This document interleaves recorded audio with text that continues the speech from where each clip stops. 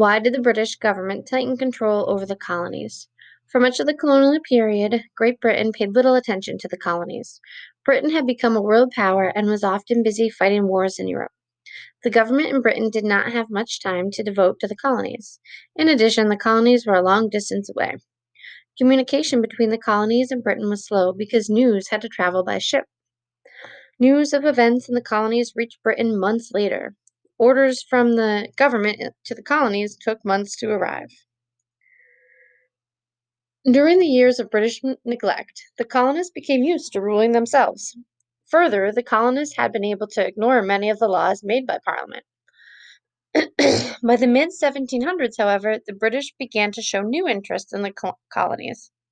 In 1763, Britain won a long and costly war against France. The cost of the conflict left the British with a large national debt.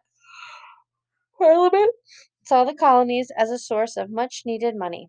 They felt that the colonies should pay their portion of the costs of the war since, among other reasons, the British Army had protected colonists on the western frontier from Native American tribes who were helping the French. To reduce the national debt, Parliament raised taxes in both Britain and the colonies. The British government also began to tighten trade regulations between the colonies and other nations. These are some examples of British laws that affected the colonies. Proclamation Line of 1763.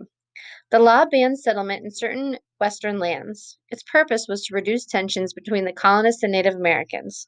The British Army could then withdraw from the frontier and thus save the government money. Sugar Act of 1764. The purpose of the law was to stop the smuggling of goods into and out of the colonies. It gave the British Navy greater power to search colonial ships. Naval officers used writs of assistance, or search warrants, that allowed them to board colonial ships. The law also required products such as tobacco, sugar, and timber to be shipped directly from the colonies to Britain.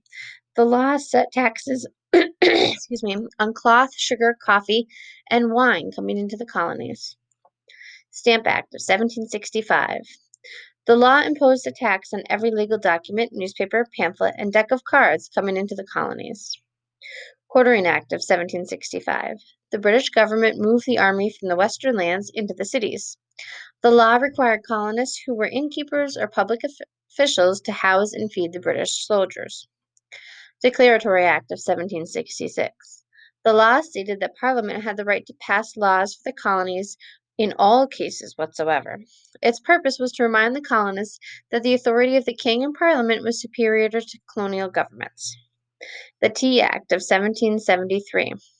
The law gave the East India Company the sole right to sell tea to the colonies. The East India Company was a large and important corporation in Britain. The purpose of the law was to keep the company from going broke. The colonists viewed the new laws differently than the government in Great Britain. Many colonists came to believe that Parliament was threatening their rights. They believed that Britain was becoming oppressive. The tax and trade laws meant that some colonists would lose money. More important, the laws went against the colonists' belief in representative government. The colonies had no right to elect representatives in Parliament. Therefore, the colonists claimed Parliament had no right to tax the colonies. The colonists felt that tax laws should be passed only by their colonial legislature. No taxation without representation became a rallying cry of the colonists. To the British, the laws seemed reasonable. King George felt the colonists were acting like ungrateful children. The well-being and safety of the colonies were due to help. The well-being and safety of the colonies were due to the help they got from the British government. It was only fair that the colonists pay their share of the cost of the government. The issue of representation made little sense to most British people. Parliament did not represent individuals, nor did it represent areas of the country. Instead, Parliament represented the interests of the whole nation, no matter where British subjects lived.